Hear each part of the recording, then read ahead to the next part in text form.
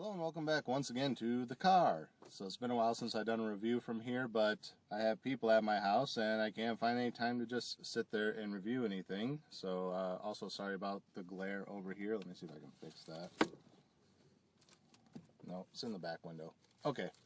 So hopefully you guys can see me okay. If not, I do apologize. Like I said, it's been a while since I've done one of these from the car. Family members still visiting from the holidays, and I just don't have any free time to really just sit around and do a review. So I made an excuse today because we're out of bread. So I said, okay, I'm going to run up to the store real quick and get some bread. And I grabbed my phone and stuck it up here on the dashboard. I'm like, screw it, I'll do a review this way.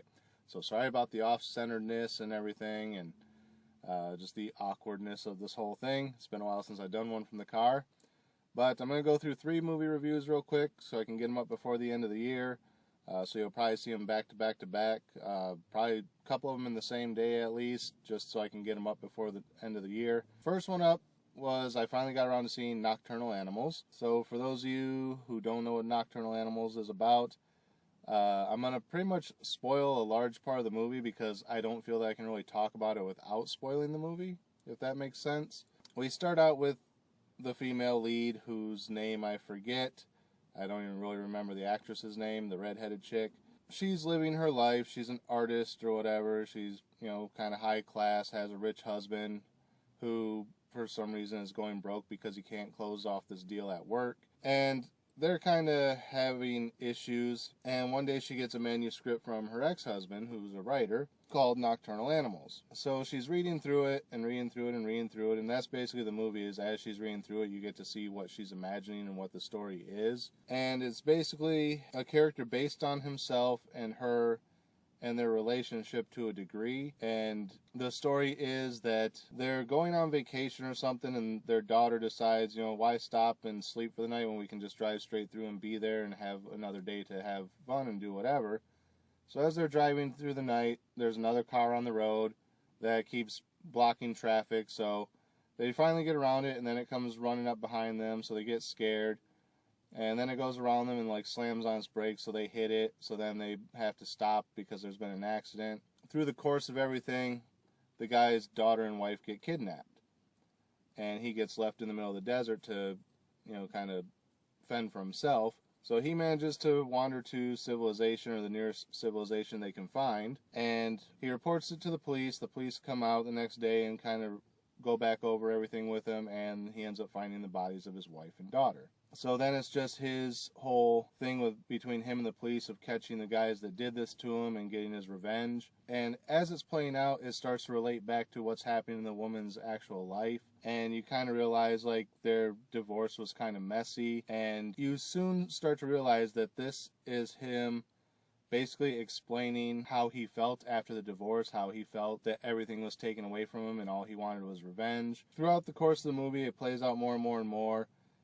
And then at one point, it just stops even referring back to her life. It finishes out the story, and then we go back to her life, and it's her saying, I read sending him an email saying, I read your manuscript. I would love to meet with you and discuss it. I have a lot of things to say, a lot of questions about it. And him writing back saying, sure, name a time and place. And then, spoilers, big spoilers here, the end of the movie is her sitting in the cafe waiting for him for the entire day, and he never shows up. And then credits. We never get any resolution between her and her current husband. We never get any resolution between her and her daughter. And we never get a resolution between her and him, other than he stands her up. And it does kind of talk about that earlier in the movie, because when she first brings up getting a divorce, he says something to her about, you need to be careful of what decisions you make in your life, because sometimes once something's gone, you can never get it back in any way. So that's kind of playing into him staying her up as you had your chance with me, and I'm not going to meet with you just because your life is shit now. I know it's shit, and that's why I'm sending you this manuscript, is kind of rub it in your face that, yeah, I was filled with hate and wanting revenge, but I got over it and moved on without you, so, here's a slap in the face to you type of thing. But it doesn't really express that. It just kind of has this odd anticlimactic ending. Nothing gets resolved. And honestly, the whole film is just trying to be a lot more arty than it deserves to be. It hasn't earned that arty ending, and the arty ending doesn't really flow well. But I understand what they were going for with it.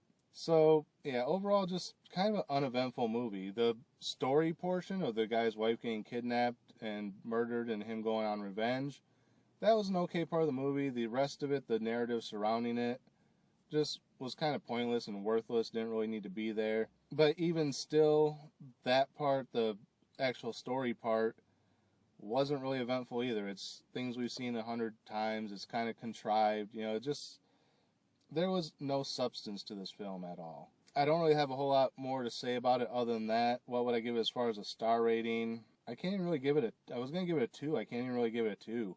Because, I mean, I was trying to give it some saving grace because of the story aspect.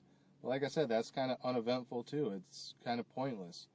It's a narrative that we've seen a million times before. Cut, copy, paste, repeat, you know. I can't even give it a 2. I'm probably going to give it like a 1.5, if that. Not the worst movie I've seen all year, but not even a middle of the road on this one. It is what it is. So, yeah, 1.5. So, not much else to say about it other than that. I got 2 more reviews I got to get through real quick. It's starting to get hot in this car already. So again, as always, thank you guys for watching. Remember, like, comment, subscribe, share the video.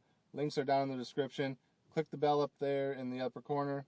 And make sure you get notifications when new videos are posted. And until next time, I'll see you after the credits.